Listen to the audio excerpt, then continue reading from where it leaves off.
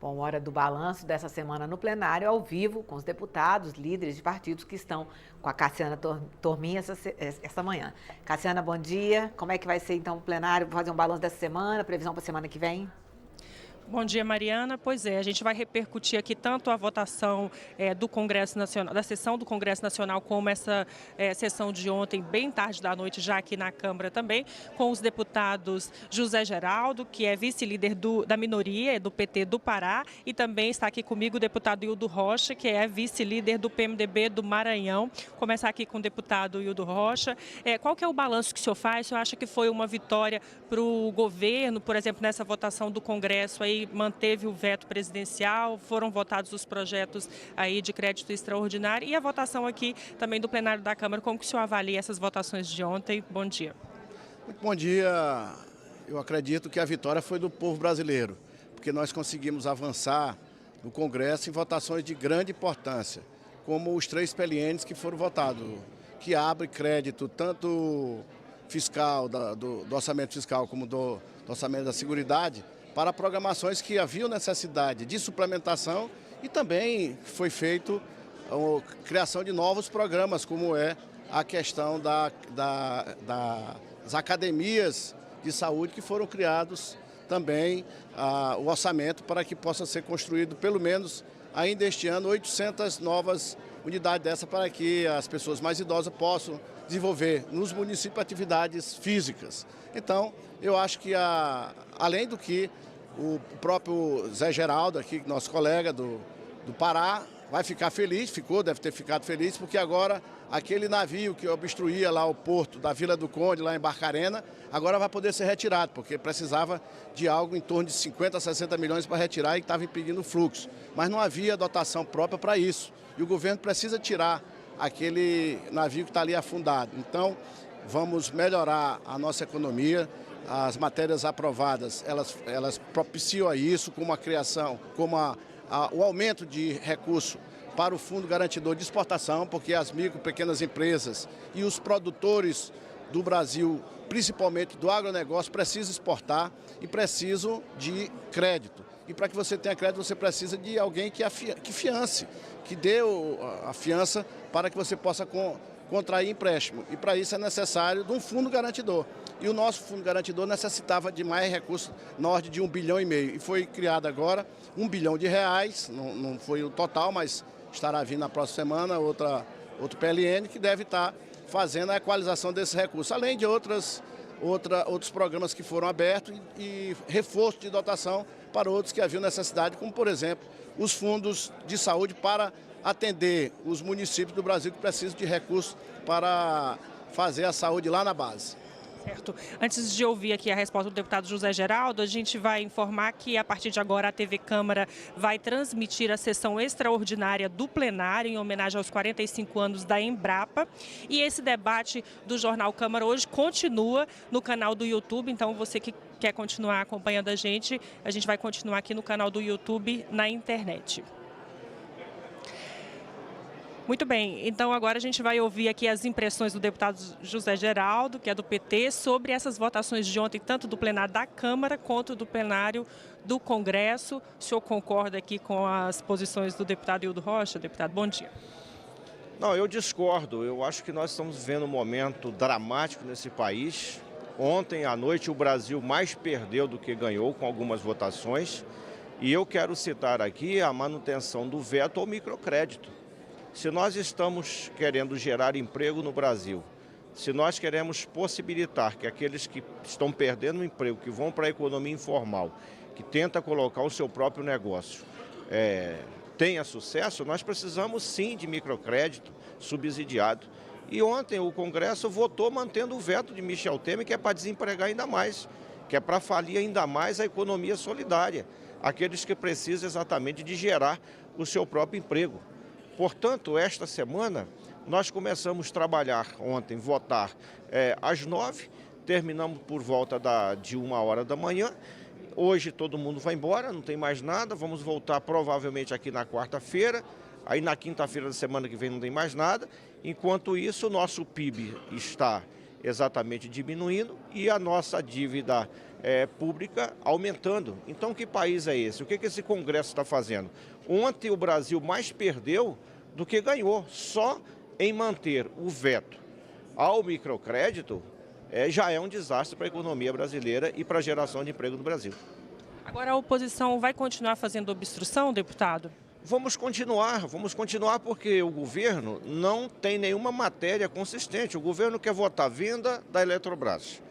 O governo não tem coragem de mandar, por exemplo, a proposta de reforma tributária, que seria uma matéria para a gente sentar e discutir. E, além do mais, nós estamos vivendo um momento de anormalidade, tá certo? Nós, da bancada do Partido dos Trabalhadores, enquanto o presidente Lula estiver encarcerado, nós vamos manter obstrução, até porque é uma injustiça o que está acontecendo no Brasil. Querem tirar o presidente Lula da disputa eleitoral.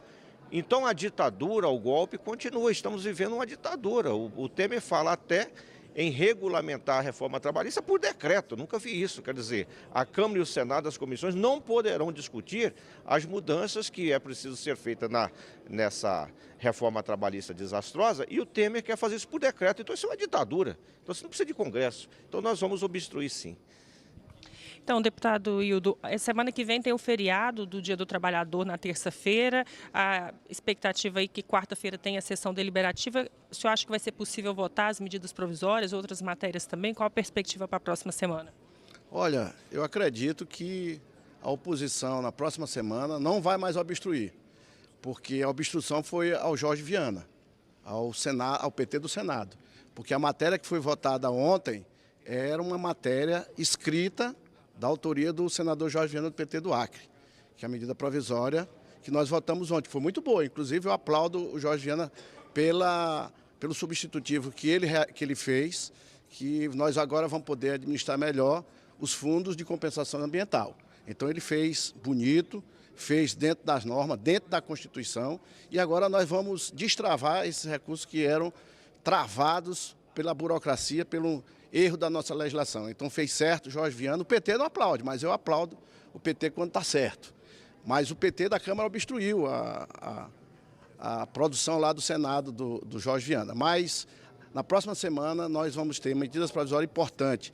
E uma delas é que trata do apoio aos municípios. São 2 bilhões de reais.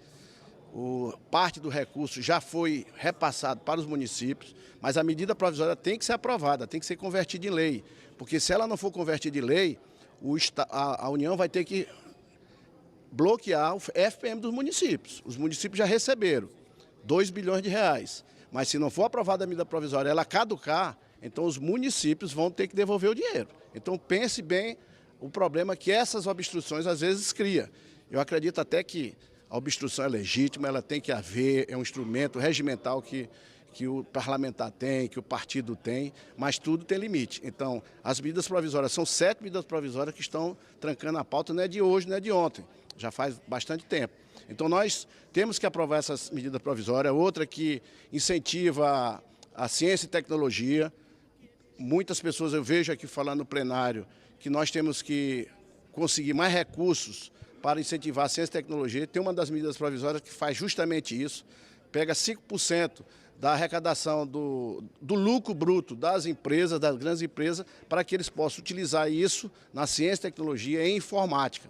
Então, já que aqueles que criticam a falta de recursos para a ciência e tecnologia não vão poder obstruir uma matéria dessa importante para o povo brasileiro. Tem outras, como, por exemplo, diminuir a faixa etária para o saque do PIS/PASEP ano de 88. Que hoje é de 70 anos e nós estamos baixando para 60 anos, ou seja, a pessoa que tem 60 anos vai poder sacar o seu PIS/PASEP, tá? Ao alcançar 60 anos, hoje a lei diz que é 70. Então são matérias de grande importância para o povo brasileiro, não é para o governo, é para o povo brasileiro. Aqui do deputado José Geraldo, o presidente ontem da Câmara até questionou também, dizendo que vai cobrar a presença, o registro da presença dos deputados, mesmo com a obstrução. O senhor acha que isso muda alguma coisa para a próxima semana também, levando em conta também essa pauta de votações e o feriado também do Dia do Trabalho? Eu acredito que quem precisa mobilizar a sua base para votar as matérias é o governo. O governo tem base aqui para votar até emenda constitucional, que depende de uma maioria qualificada. Imagine para votar matéria de maioria simples. Acontece que o governo está tão desmobilizado que eles não conseguem mais reunir a sua base. Há divergências. Por exemplo, a própria privatização da Eletrobras há divergência. A bancada de Minas Gerais, mesmo governista, não apoia a privatização da Eletrobras. Então nós temos uma crise política no Brasil que ela chegou no Congresso, ela chegou na base do governo. O Michel Temer, com 5% na pesquisa, muitos parlamentares já querem descolar do Michel Temer, porque pode não ser reeleito lá nos seus estados se falar em nome desse governo. E a crise vai aumentar. E provavelmente, daqui 30, 40 dias, aí é que não funciona mesmo. Nem sei se o presidente Temer se mantém no governo nos próximos 90 dias. O clima é muito ruim e a crise chegou no Congresso Nacional. Então não vem cobrar da oposição quórum, porque nós somos em mais de 500 parlamentares, essa oposição muito bem organizada dá em torno de 120, 140, e os outros, aonde eles estão? Então, o Rodrigo Maia que mobiliza a base, o Michel Temer, né, para votar essas matérias, que o governo dá com uma mão e tira com a outra. E o pior é que ele dá 10 com uma mão e tira 50 com a outra. Na matemática, você percebe que ontem nós votamos cortes importantes, que vai refletir lá nos estados.